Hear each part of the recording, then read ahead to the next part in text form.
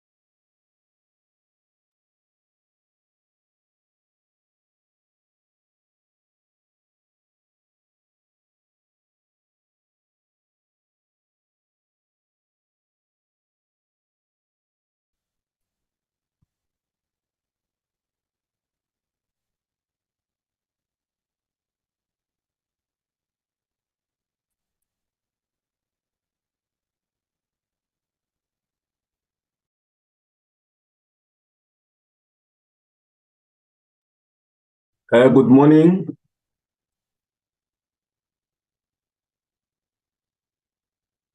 Good morning, everyone.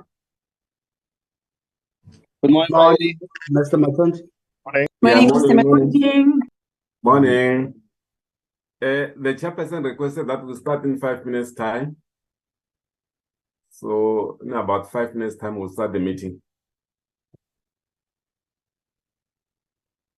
Noted.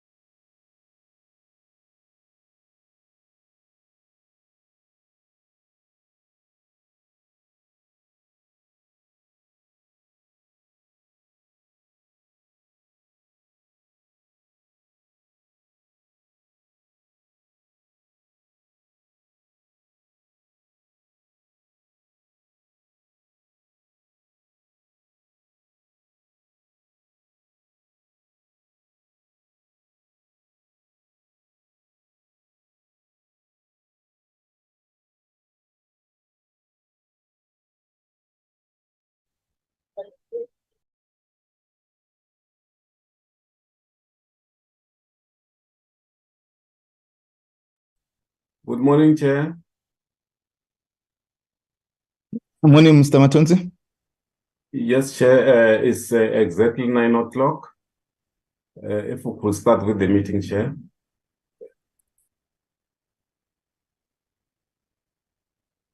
Thank you, Mr. Matonji. I'll also request to ground off my video so that I'm more audible.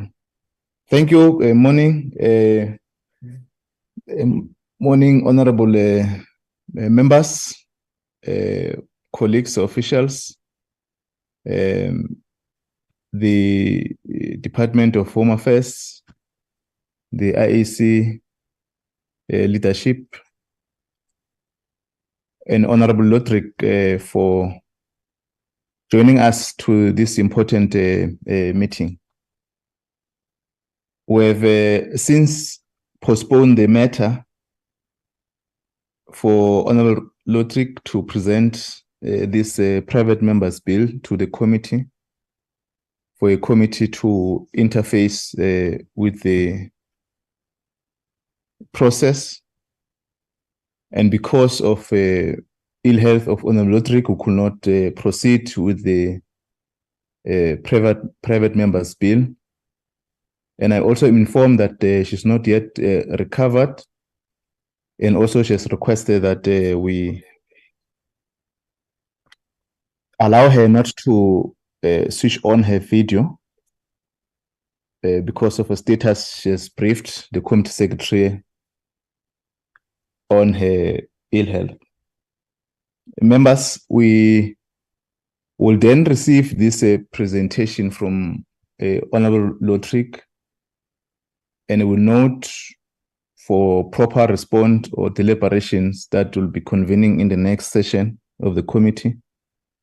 We'll obviously allow members to comment or raise questions.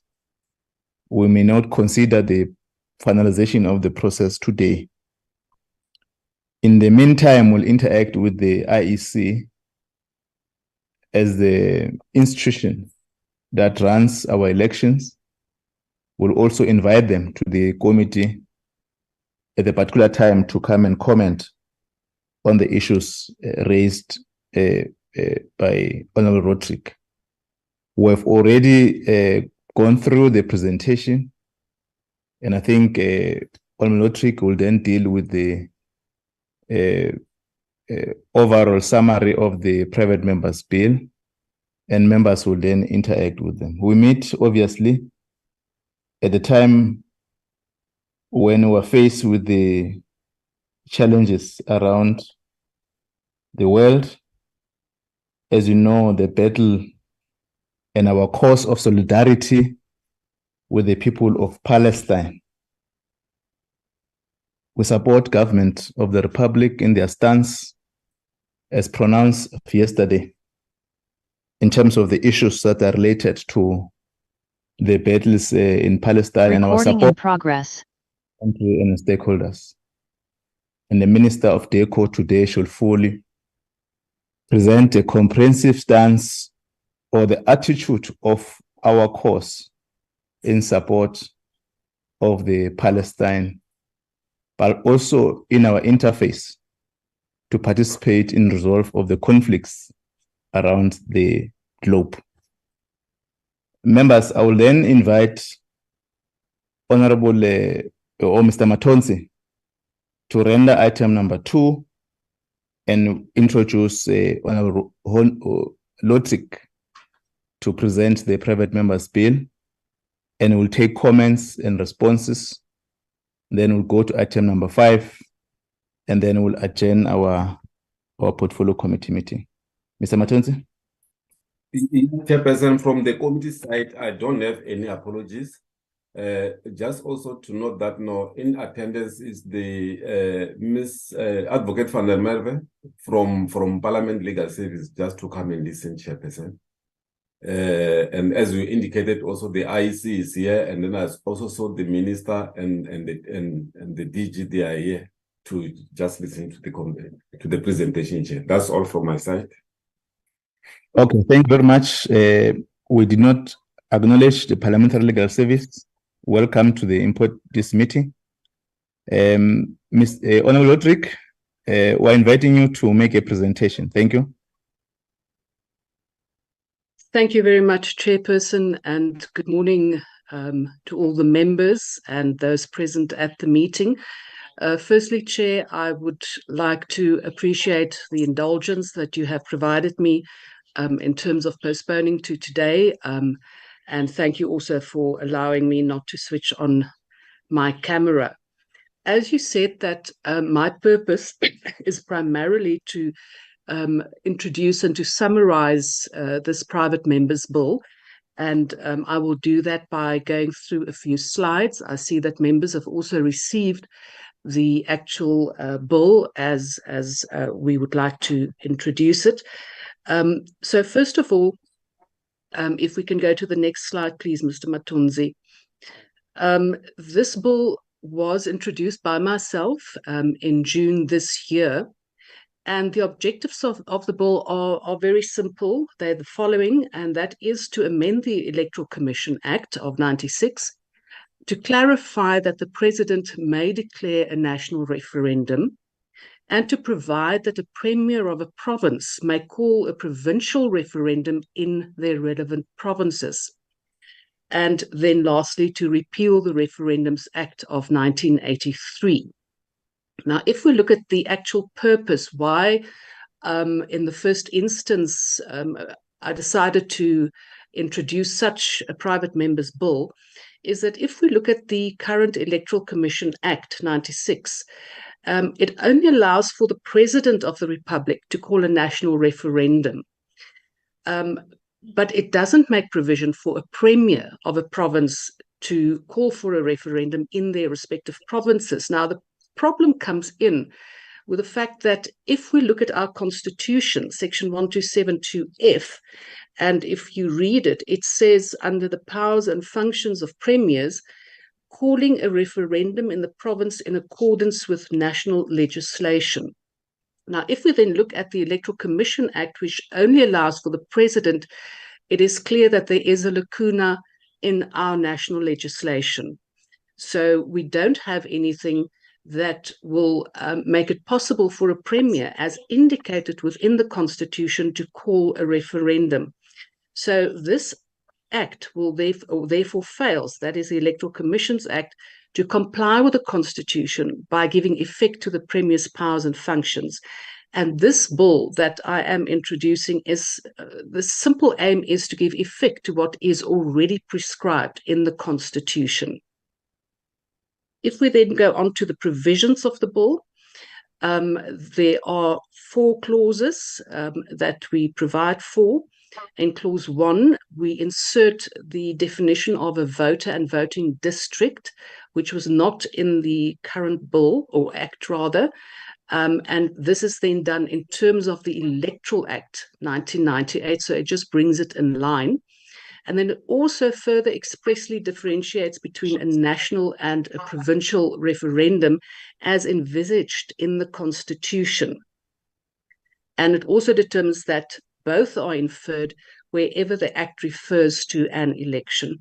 Then clause 2 expressly differentiates between a national and a provincial referendum. And it further then, and this is also important, limits the nature of a national referendum to all 9 provinces, and of a provincial referendum to all voting districts in the relevant province. So it gives more clarity as to what exactly the extent of a referendum can be. And then a specific provision is made for a premier of a province to declare a provincial referendum, similar then to the powers of the president as it is envisaged in the Constitution. And then the clause also provides for simultaneous referenda on different matters. Clause 3, as you will also note in the bill as submitted, amends section 23, which deals with the regulations, and that then provides for the operational matters currently provided for in the Referendums Act 1983, which is not applicable anymore. And then clause 4 will then repeal the Referendums Act. So this is a very brief summary of it, and members can look at these specifics, but this is the gist of the clauses. And then just in conclusion, Chair, the main aim of this bill is to give effect to the provisions of the Constitution. As I've said earlier, there is a lacuna in our legislation, and it gives effect to the powers and functions of a premier. And it's also important to note that referendums are useful to ascertain the will of the residents of a particular province on key items or decisions. And the ability to call a referendum, we must understand, is not new. It has been made provision for. It is something that there is, in fact, a current Referendum Act, and it is contained in the Constitution. So it isn't a new concept being introduced.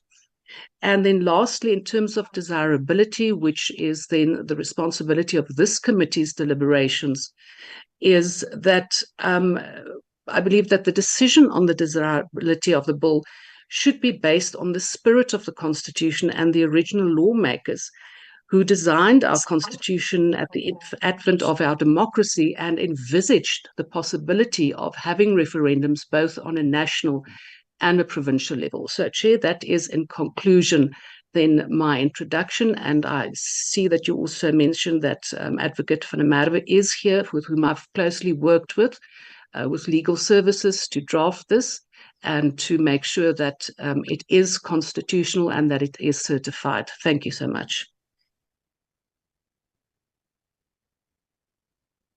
Thank you very much, Honorable Lotric, for the brief summary. Members, this is the brief summary of the bill as introduced in the House for the committee to look at.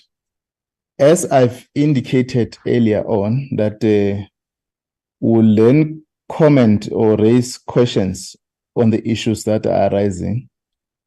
But secondly, that we'll at a particular point invite also the Independent Electoral Commission to come to the committee to comment formally on the matter, and also that point to also give the minister that point to also comment. So the IEC will lead the respond or comment on the private members bill. Then members will then deliberate on the issues that are arising from the presentation that we'll have received then.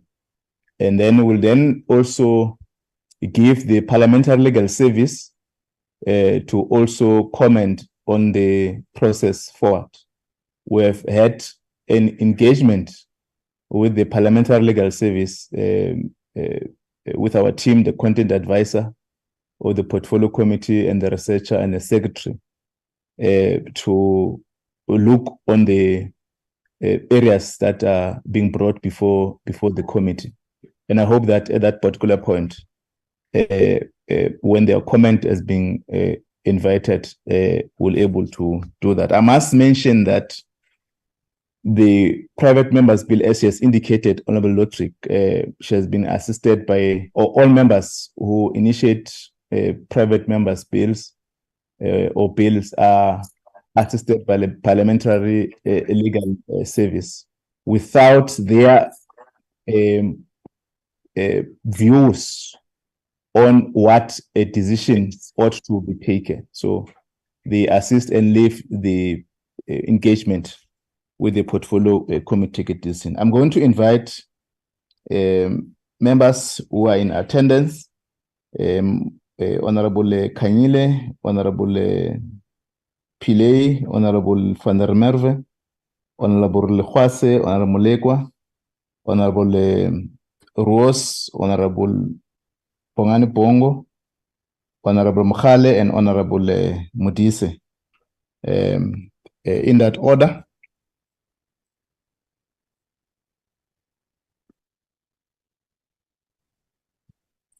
Thank you very much, Chairperson. Greetings to you, to the colleagues, and greetings to Honorable Lotric. Chairperson, we appreciate the presentation that we have received from Honorable Lotric.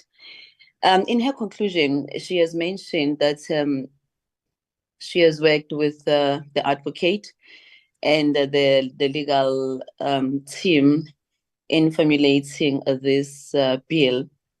What I would like to find out is what are other stakeholders that were consulted in the formulation of this bill, and what was some of the feedback obtained in this regard? Thank you very much.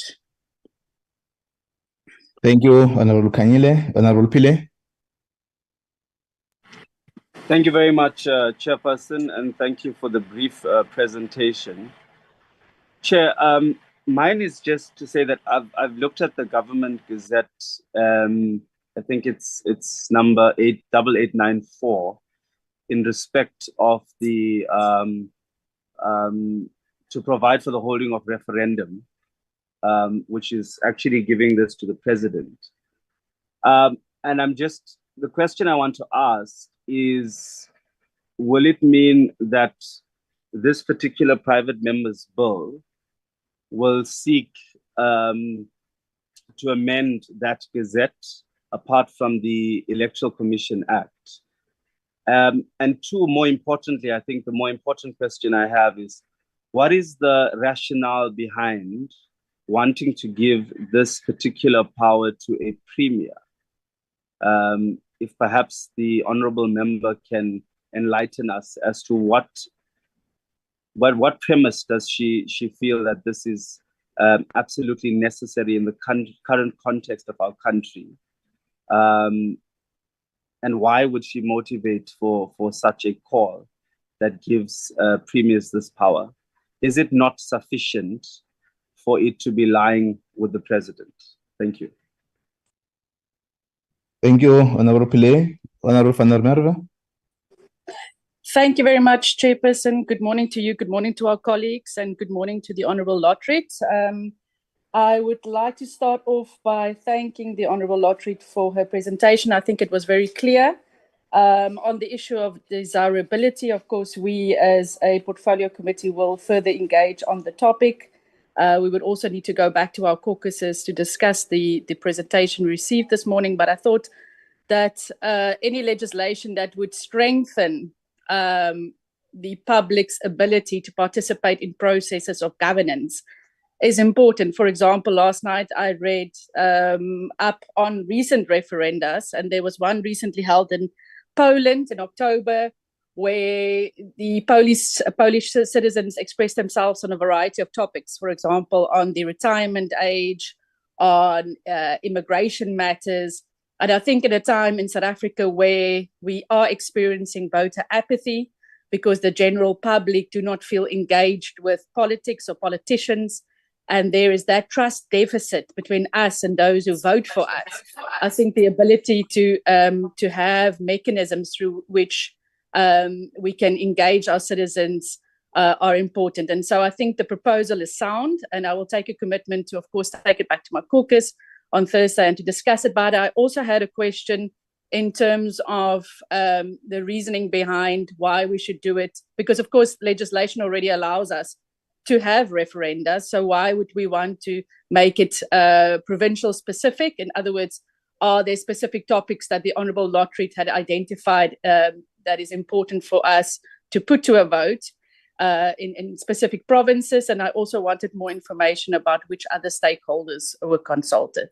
Thank you, Chairperson. Thank you, Honorable van der Merwe. Honorable Malekwa. Thank you very much, Chairperson, and thanks for the presentation has been presented.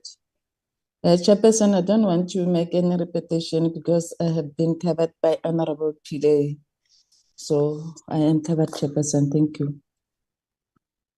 Thank you very much, Honorable Malekwa. Honorable Tejana.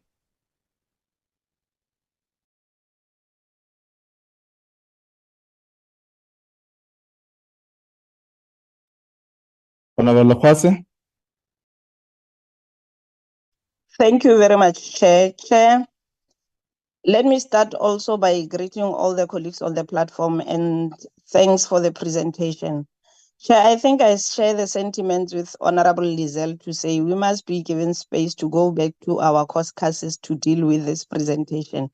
But also just out of interest, one would like to know that besides the gap that is identified on the Constitution, what is the urgency about the application of the amendment to this bill compared to the several other bills that needs to be processed by this committee? Thank you very much, Chair. Thank you very much, Honorable Lokwase. Honorable Ruos. Thank you, Chair, and thank you to Honourable Lotriet for bringing this private members bill and for the assistance of the Parliamentary Legal Services.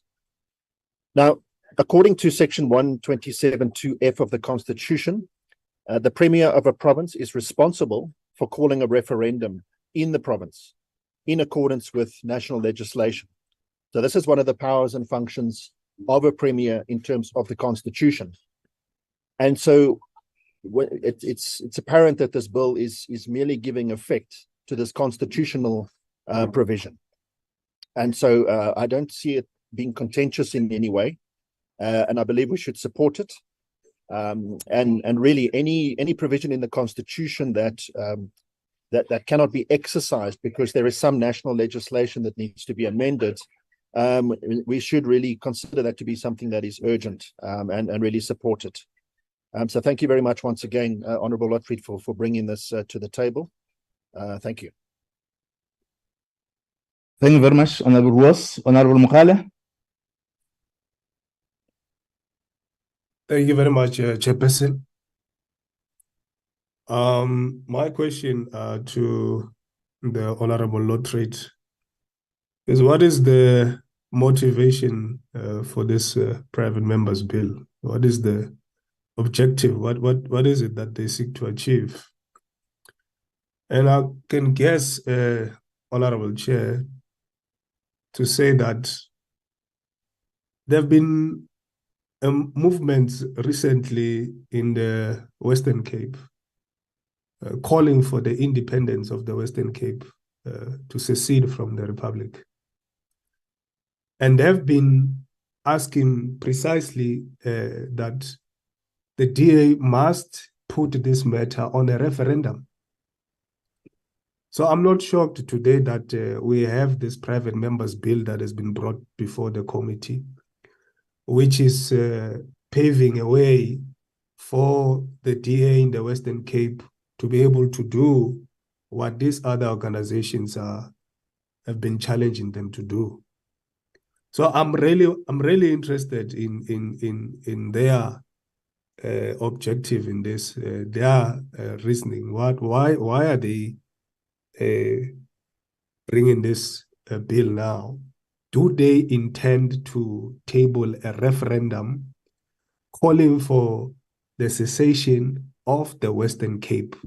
Because that is something that we as the EFF were not going to support. We're definitely not going to support. So I'd like to hear more on that. What is the reasoning behind this? What is it that they want to achieve? Thank you, Chair. Thank you, Honorable Mukale. Honorable Bongani Bongo.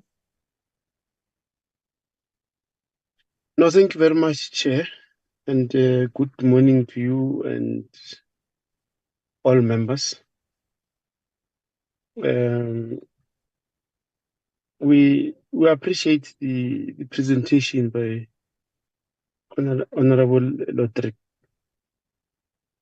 I think also appreciate the work put and the also inputs from Parliament. But as you all know, my position has always been that a private member's bill, a bill that did not go through the executive, does provide some challenges generally, because other than the desirability that we're talking about, there's also financial implications. So bills that have a financial implication in nature, it may be good that they are also initiated at an executive level, so that the executive is able to take care of the financial part of the legislation. So I think that as we speak now, there's an omnibus bill that the department is busy with, because this bill seeks to give effect to Section 127 of the Constitution. I think it's a smaller portion that can be incorporated into the omnibus bill that the department is dealing with. I'm also aware that there are also court challenges and there are court rulings around us as Parliament having to give effect to the Section 127 of the Constitution. But I think the executive and through the omnibus bill will be able to deal with these issues. And also the agency, because the parliament is about to go to, we're nearing the end of the term. And the issues raised, like wanting a referendum, giving the premiers all those powers, it's what we already have because the president has those powers. And by the way, we're also running a unitary state. And I'm now getting a bit worried with the input by Honorable Tapelo. I did see also that there are moves that Western Cape must be cut off. I don't want to suspect or believe that this bill is meant for that. If it is meant for that, will be, as legislators, put into a precarious situation wherein we'll have to do things that are not desirable in general for the unity of the country. So I think that that the bill, because of the related court rulings and so on, we may have to integrate it to what is already there, the omnibus, and attend to the financial implications, because calling for a referendum, it has huge financial implication.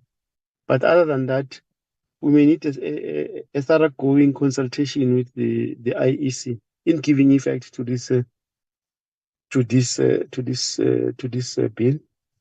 But from where I'm sitting, I don't think we will have to go the private members' way because of the financial implications. We need to go the executive way, integrate all the work, consult with the department in terms of the bill that is already there, the omnibus one, so that we integrate all these issues in giving effect to what the courts have said we must do. I think that those will be my contribution for now, Chair. Thank you. Thank you very much, Advocate Bongan Bongo. Honorable Modise, Mza.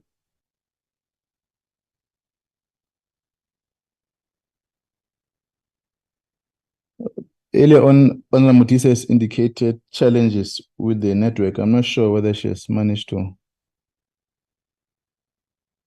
Okay. I think members, those Honorable Rodrick, those are the comments from members to assist them in the next session when we have a response or comment from the IEC. Just to follow up as the last question on the issue raised by Honorable Bongani Bongo, because these referendums must be carried by the IEC or facilitated by the IEC. Where do we put IEC in terms of its financial standing, given the challenges that we're facing? And I think from time to time, they've raised this caution to the committee. And I'm sure you're following us or the committee in its deliberations when we're dealing with the electoral amendment bill, the introduction of the new or the independent candidates. What is your take in relation to the standing of this independent electoral commission in terms of financial support if we were to consider this process? But also your consultation further with the IEC, and I know they'll respond when they come to when we invite them to the committee, just to get a sense as to where have you gone following up on Honorable Pillay and Honorable van der Merwe input.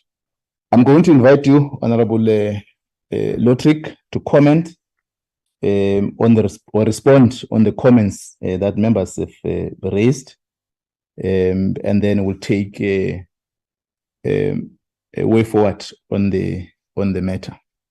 Thank you. Thank you very much, Chairperson, and also thank you to the members who have raised certain very pertinent issues.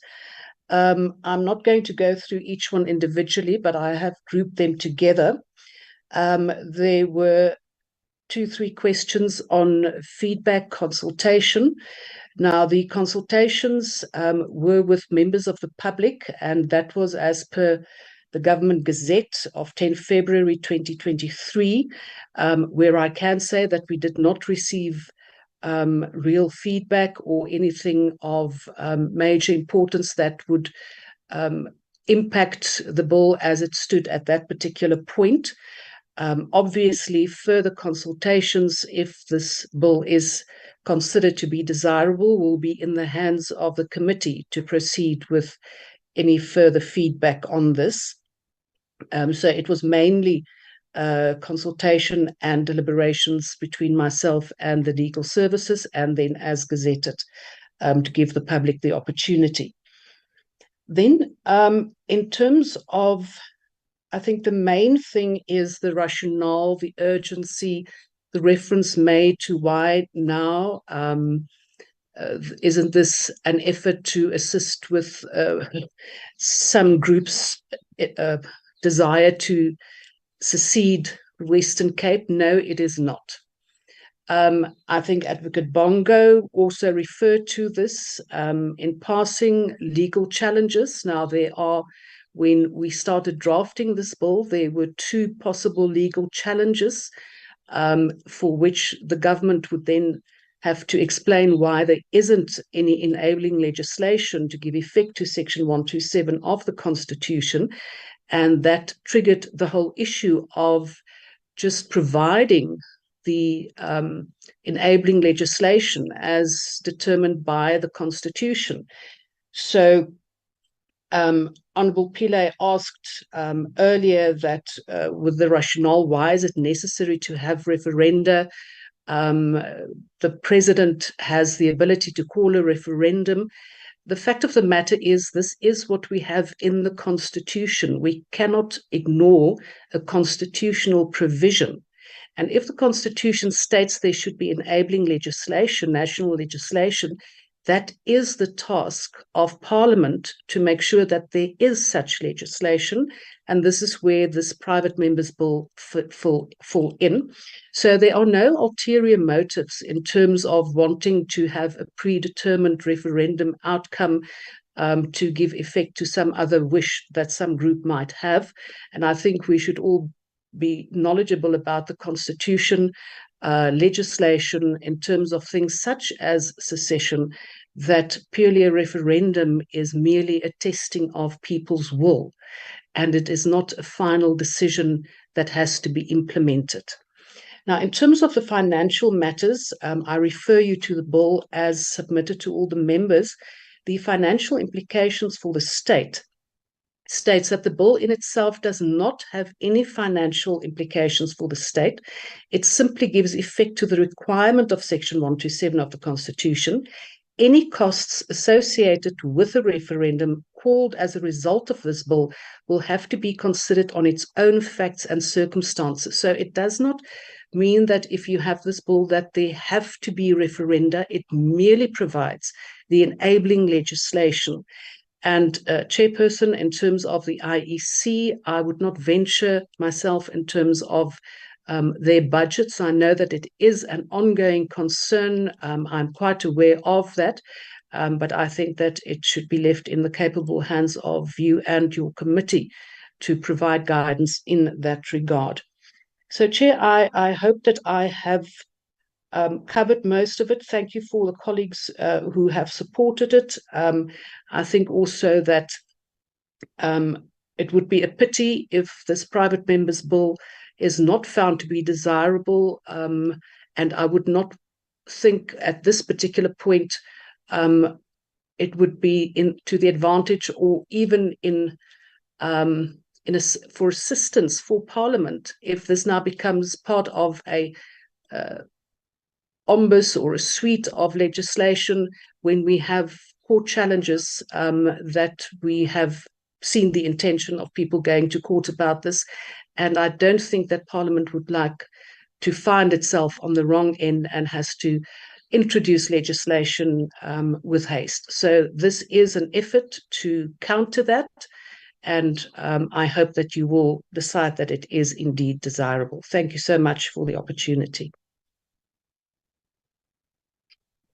Thank you very much, Honorable Lotric, for your responses, and thanks, members, for your comments. At this point, we've not taken any decision.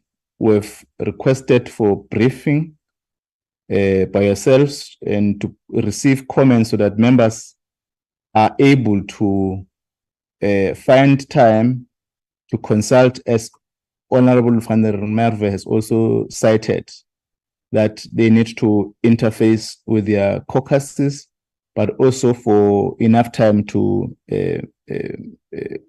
consult, so that at the time we're going to deliberate and take a decision, at least all of us, we've satisfied ourselves, including the stakeholder, the IEC, that need to also brief or comment on this private members bill to the committee. As you know, that already members have cited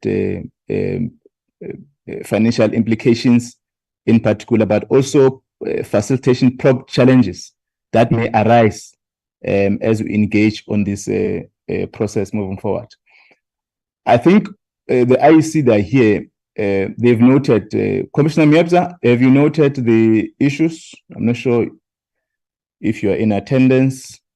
Mr. Matonzi? I am Chairperson, and good morning to you and the members. We are here and we have been following the discussion. We have noted. Thank you, Commissioner Miabza. With the committee at a particular time, will then request the commission to come and brief the committee to comment on this private members bill. Minister, are you never noted? Thank you, Chair. Thank you, honorable members. Indeed, I have. Thank you. Okay, thank you very much, Minister. The Parliamentary Legal Service, have you noted? I think also thank you, Chair. Yes, we've noted, and we will prepare something to address the committee on. Thank you very much. Okay. Thanks, members. I think we're now at one in terms of what will then in our scheduled meeting. We'll look on when we'll schedule the matter for comments and deliberations. And I want to thank you, Honorable Lotric, and also thanks members for your comment and also a guidance on how it will unfold in our next committee meeting. We're now going to release Honorable Lotric and the Commission, Commissioner Miabza, also with your colleagues, and the Minister, and also your colleagues in the DM, the DG, and all the officials. This item we have now stand off. We'll then move to the last item of the minutes. I think all members of the committee may remain to deal with the minutes. Thank you, Commissioner Miabza. Thank you, Minister. Thank you, Honorable Lotric. Mr. Matonzi. Thank you very much. Thank you. Goodbye. Bye-bye. Mr. Matonzi, how many minutes are we dealing with? It's only two sets, minutes of the 24th of October and the 31st of October, Chair. Okay, thank you. Yes. Chairperson, I'm sure you are all able to see the minutes. And then this is the meeting wherein I read the letter from the minister on the issue of the Electoral Matters Amendment Bill, wherein he indicated that the bill will be set before Cabinet during this November and possibly be introduced to the committee. And then we also received a briefing by the minister on the marriage bill. In that briefing, they also indicated that the bill could be introduced by March next year, but if everything goes well, it could be introduced earlier than that. And then there was also the issue of amending Section 34 of the Immigration Act, Chairperson, which I think they also indicated that there was a court issue that indicated that the department has gone over more than five years without amending that section in terms of the court judgment. So that's all, Chairperson, and those are the people who were in the meeting. Thank you, Matonzi. Comment, members, before I invite mover for the adoption. Chairperson? Honorable Makhala? Yes, I see that I was marked as absent. I was part of this meeting. Noted. Yeah. Noted. Oh, okay. Mr. Matonse, can you correct No, that? I will correct that, Chair. Any other comment? Okay, can I invite mover for the adoption? I will move for the adoption, Chairperson. Thank you, Honorable Merve. Seconder? I will second, Chair. Thank you, Honorable Pillay. The minutes have been carried with that amendment of Honorable Mokhale. Yes. Yes, okay.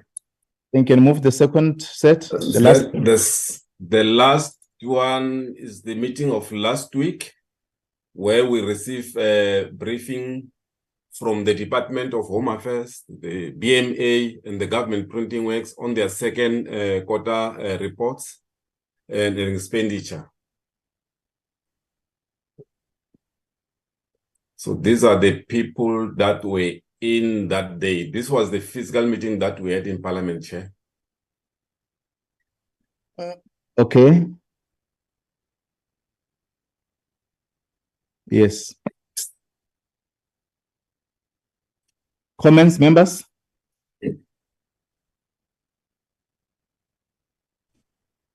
I move for the adoption, Chairperson, of the minutes. Thank you, Honorable Malekwa. Move for the adoption. Seconder? I will second, Chairperson. Thank you very much. Thank you, Honorable Kanyile. The minutes have been carried. Wait, Chairperson, sorry, where's my name? Where's my name there? I don't see it. So it's not under attendance or apologies. Can you go back, Mr. Matuns? Sorry. Oh. Yeah. Is that Ms. van der Merwe? Thank you. Sorry, I see it now. Apologies for taking you back. Just forgotten it. No, thanks very much, members. All the minutes have been carried. And this was the last item on agenda, Mr. Matuns. Yes, Chair. Okay. Thanks, honorable members. Two issues that the committee facilitated today. We'll then have to deal with the second process in relation to the private members bill. We'll discuss with the PC secretary on when we're going to schedule the Parliamentary Legal Service, IEC, and Minister to comment on the issues. And thanks very much for considering the minutes. The meeting stand adjourned. Thank you, Chairperson. You. Thank you, Chair. Thank you, colleagues.